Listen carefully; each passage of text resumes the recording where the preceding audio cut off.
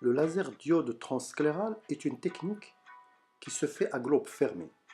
Par conséquent, les risques liés à l'infection ou à la bulle de filtration sont inexistants. C'est une technique qui respecte la conjonctive. Le laser diode transscléral est douloureux, si bien qu'une anesthésie péribulbaire est nécessaire. Et chez certains patients anxieux ou de jeunes patients, une anesthésie générale est recommandée. La mauvaise réputation, avec les risques de phtise ou d'hémorragie, de ce laser diode, vient d'une part d'un mauvais ciblage, car utilisé à l'aveugle pour le corps ciliaire, et d'autre part des puissances trop élevées utilisées au cours de cette procédure.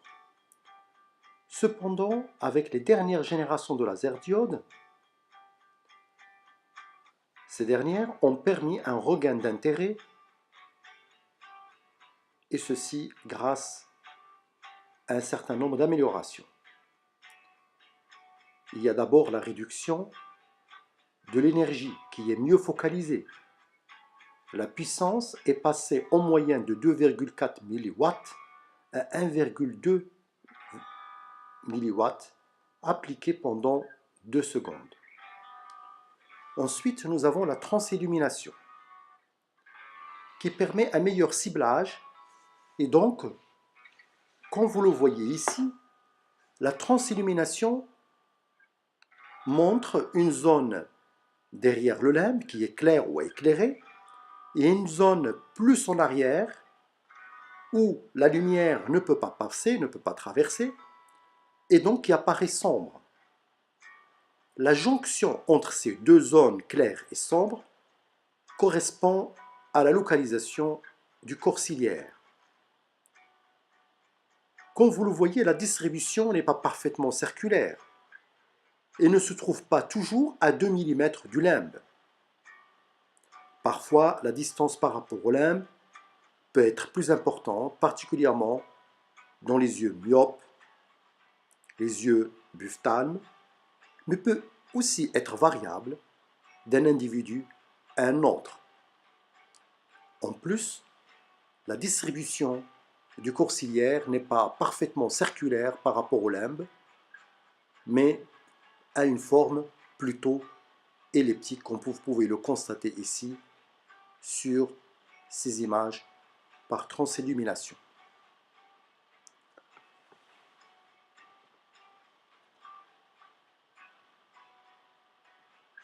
Le laser diode transscléral, concernant ces indications, est indiqué dans un grand nombre de situations cliniques de glaucome. Donc dans les glaucomes à angle ouvert au stade avancé, y compris les glaucomes juvéniles, pigmentaires ou exfoliatifs. Dans les glaucomes réfractaires, après échec des autres procédures chirurgicales, filtrantes, après shunt ou après tube. Dans les cas d'opacité cornéenne, cicatrices conjonctivales, suite à des brûlures caustiques, par des pemphigoïdes, ou en cas de syndrome sec, en cas de rosacée. Il y a également les patients ayant un haut risque cardiovasculaire pour les opérer par des chirurgies filtrantes, les glaucomes chroniques par fermeture de l'angle avec des gonios shinichi, les glaucomes du myope fort, les glaucomes des yeux vitrectomisés soit sous silicone, soit sous indentation, les glaucomes néovasculaires,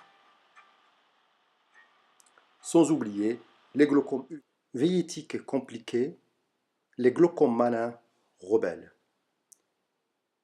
Comme vous le constatez, le laser diode transscléral a de nombreuses indications et nous rend service dans des cas parfois désespérés.